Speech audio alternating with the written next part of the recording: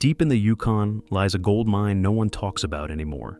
It's been sitting untouched for decades, quiet, forgotten, and left to rot. Most miners wouldn't go near it. Too remote, too uncertain, too much trouble. But Tony BEETS sees something different. Where others walk away, Tony digs in. Because sometimes, the biggest wins are hiding in places no one thinks to look. There was a stretch of ground tucked away in the Yukon that no one had touched in years. An area long dismissed as spent and worthless. But Tony BEETS couldn't shake the feeling that something had been left behind. At a time when gold prices were peaking and fuel costs had dipped just enough to tempt fate, the conditions were too perfect to ignore. Nobody had ever thought to bring an excavator into that forgotten zone, and that fact alone made it stand out. It wasn't just curiosity. It was instinct, sharpened by decades in the field. Tony didn't need certainty.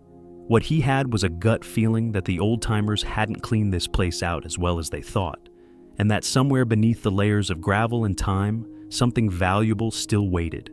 Let's rewind.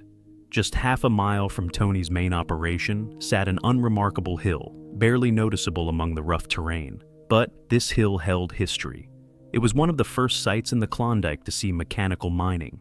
Decades ago, miners ran their operations here with the best equipment they had at the time. But that equipment was crude compared to modern standards. They only cleaned out their sluice box once a year, which meant that any fine gold that slipped through was likely lost in the tailings.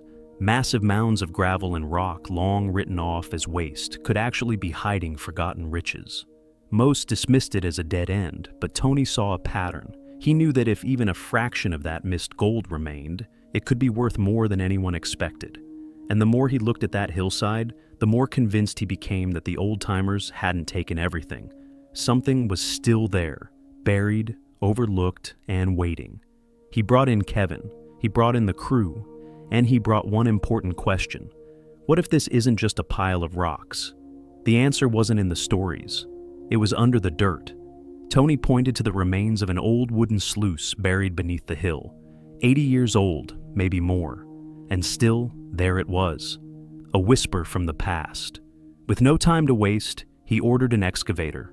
Not tomorrow, not next week. Today.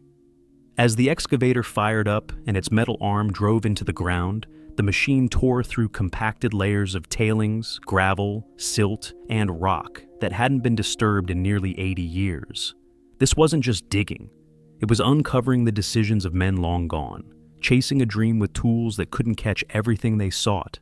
No one knew for sure whether this ground had been bled dry or whether it still held secrets buried deep within. They panned the first bucket cautiously, not expecting much.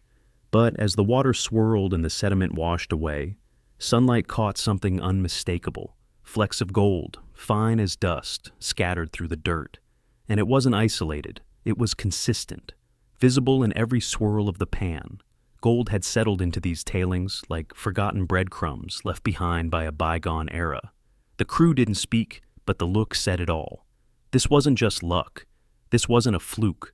What they had uncovered hinted at something far bigger, a silent cache of gold that had evaded capture for nearly a century.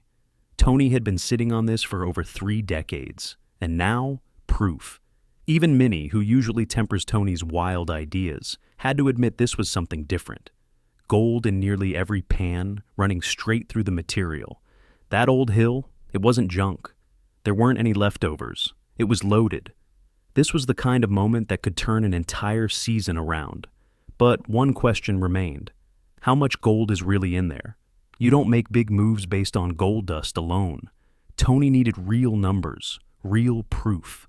So he cranked up the Kiwi plant, a high-efficiency wash system that could handle serious pay dirt. Monica jumped on the loader, feeding 100-yard loads. Desiree kept the tailings flowing. Everything was rolling until it wasn't. A sharp snap echoed across the site, followed by a harsh metallic crack that cut through the air like a warning. In an instant, the sluice central to the entire operation lurched forward, grinding against its supports and twisting out of position. The plant groaned under the sudden shift, then came to a dead halt. A critical cable had snapped, and the delicate balance of the system was shattered. The structure was no longer stable. Dirt piled where it shouldn't. Water flow collapsed.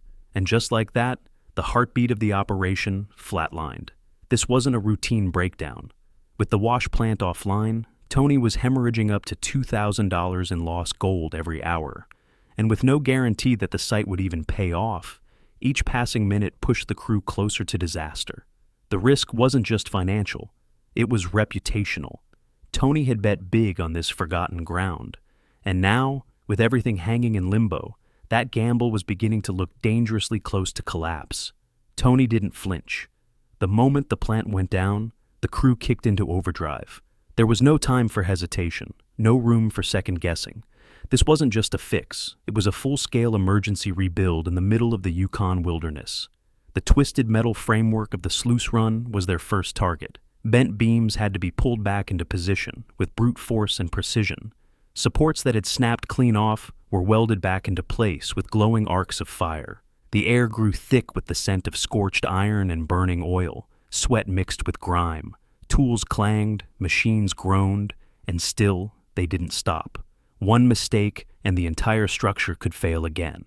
But Tony didn't waver. This wasn't his first breakdown, and it wouldn't be his last. Hour after hour, they fought against the damage, the fatigue, and the clock. And finally, after 8 punishing hours, the final weld was sealed, the last bolt locked in place. The plant stood ready, battered but rebuilt, just in time to find out if this entire gamble would actually pay off. The engines roared back to life, shaking off the silence that had lingered during the repair. The flow resumed, and with it came the weight, the kind that stretches time thin and makes every second feel heavier than the last. This was it. The rebuilt plant was running, the tailings were moving, and now everything hinged on what came out the other side.